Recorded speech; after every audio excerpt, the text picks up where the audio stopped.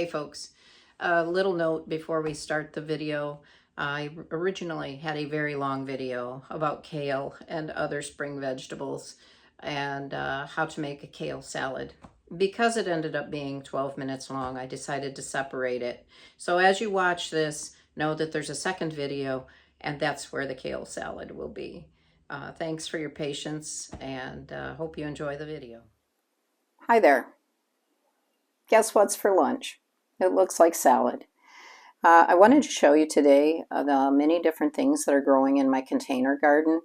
I'm going to go over kale in depth, but I wanted to show you what I've picked this morning that we're going to throw into a salad. Over here I have leaf lettuce, our radishes. Well, this is a really large radish. I'm concerned about whether it's pithy. Pithy is when it gets soft or mushy on the inside. But these are cherry bell radishes, and they've grown beautifully. I'm out of the seeds, so I'm really sad about that. Growing in the yard is dandelion, and dandelion is edible. Of course, make sure that you're picking it from a place that has not been treated with chemical. We have basil. Our basil looks beautiful this year. This is actually bok choy. I planted too many seeds in a container. You never know how many are going to germinate, and so I thin those down and we use the small leaves for salads. This is a type of mustard that is just really mild and really delightful in salads. We have cilantro. It's doing very well. A lot of people think because cilantro is used in Mexican food that it would grow well in the summer, or the heat of the summer, but it doesn't. It really likes cooler temperatures, so it does really well this time of year, and then in the middle of the summer it kind of just peters out, and then in the fall you can start planting it again. Arugula seems to grow anytime, anywhere I want to plant it. Now these I'm not going to eat raw, but these are turnip greens, and I do like to either saute those in a little bit of oil and just a touch of salt, or I will actually boil them and eat them like spinach. One of the reasons you probably don't want to eat them raw is because they have a fuzzy texture to the leaf and it doesn't feel good unless it's cooked. I have beet greens. So again, I plant a lot of beet seeds in a container, and then I thin it out. So we'll get a few beets as the summer goes on, but mostly we grow it for the greens. Of course, we have spinach. Our spinach is doing beautiful this year. So beautiful, I had a hard time even cutting it. But you grow it to eat it. And then this is yet another type of mustard. This is called black mustard. It is mild. You would think that mustards would have a bitter flavor, but they are quite mild. Then this was not grown in my container garden either, but nearby. And this is the flower to chives. And what we have here is a salad dressing. It's an oil vinegar dressing where the blooms were actually soaked in this for, a day or so. And it gives it a mild oniony flavor. It really tastes beautiful. I'm not sure if that sounds appealing to everybody. But when I'm done with the videos about the kale and the lettuces here, I'm going to go to the kitchen and I'm going to use my salad spinner to wash up these greens. I always wash up my greens. You never know if there might be a bug or a little bit of dirt on them. One of the things I do love about container gardening is there's a lot less dirt than if you grow it in a row garden.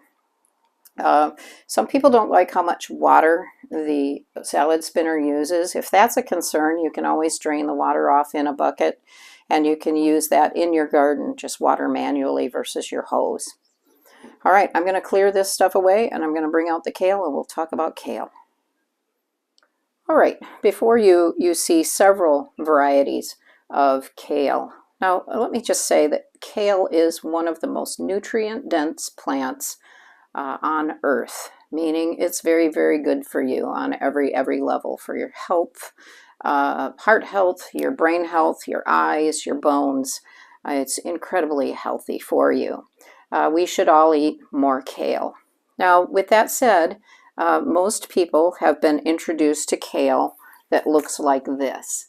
It's curly and it actually has sharp edges. Some people say it tickles their throat too much and they just don't like it.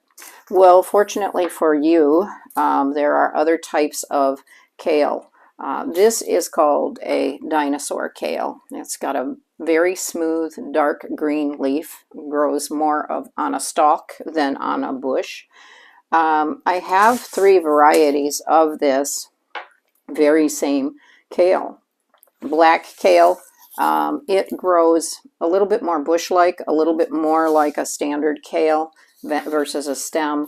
And then the Toscano is a new one for me, but honestly it looks and is acting just like the dinosaur. So it may have just been branding by Johnny's over the My Gardener branding, but you never know until you try.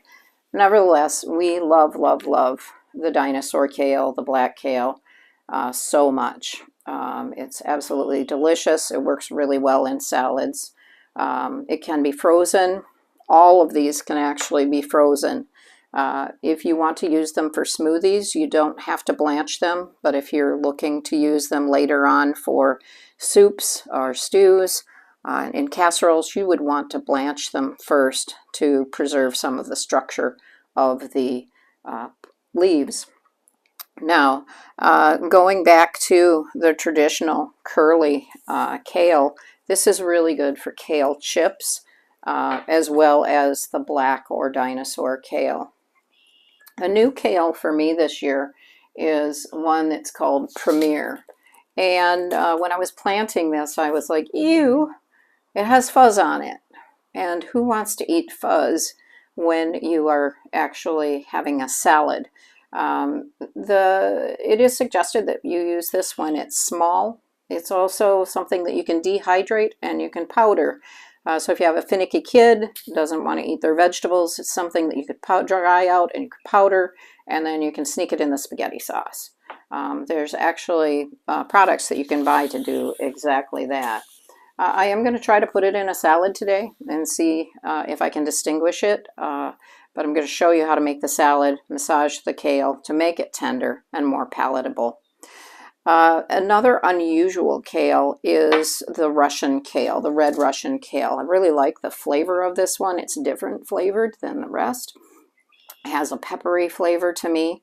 And I learned today that it's really not a true kale. It's actually more related to a rutabaga. But this one is also good in salads. It's pretty, it's interesting, and great in smoothies just like the rest of them. I just really love that one. But my very favorite one is called tranchuda, and it's Portuguese or type of kale. These leaves will get even larger than this. This is mild and sweet and delicious. It can be used in salads, in stir fries. You could even wrap up a sandwich in this, which I've done quite a bit. You can cut it like you might do for cabbage and put it into stir fries. And so there's a lot of variety in your kale choices. What are my favorites? Well, all of them but the Premier. I will eat any of these any way that they're served. Again, I know that not everybody loves kale, but hopefully after you watch this, you'll get more curious about kale.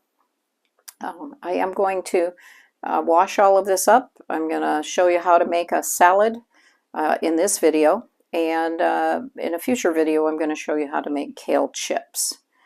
And so we'll see you in the kitchen.